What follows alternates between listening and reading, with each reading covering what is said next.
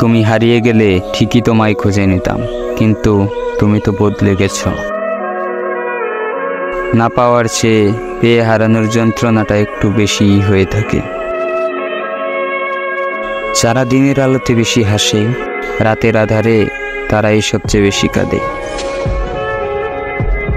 মাঝরাতের বোবা কান্না আর চোখ বেয়ে পড়া জলগুলো কখনো মিথ্যে হয় না। সম্পর্ক আর পরিবার এমন এক মূল্যবান জিনিস যা সময় না দিলে নষ্ট হয়ে যায়।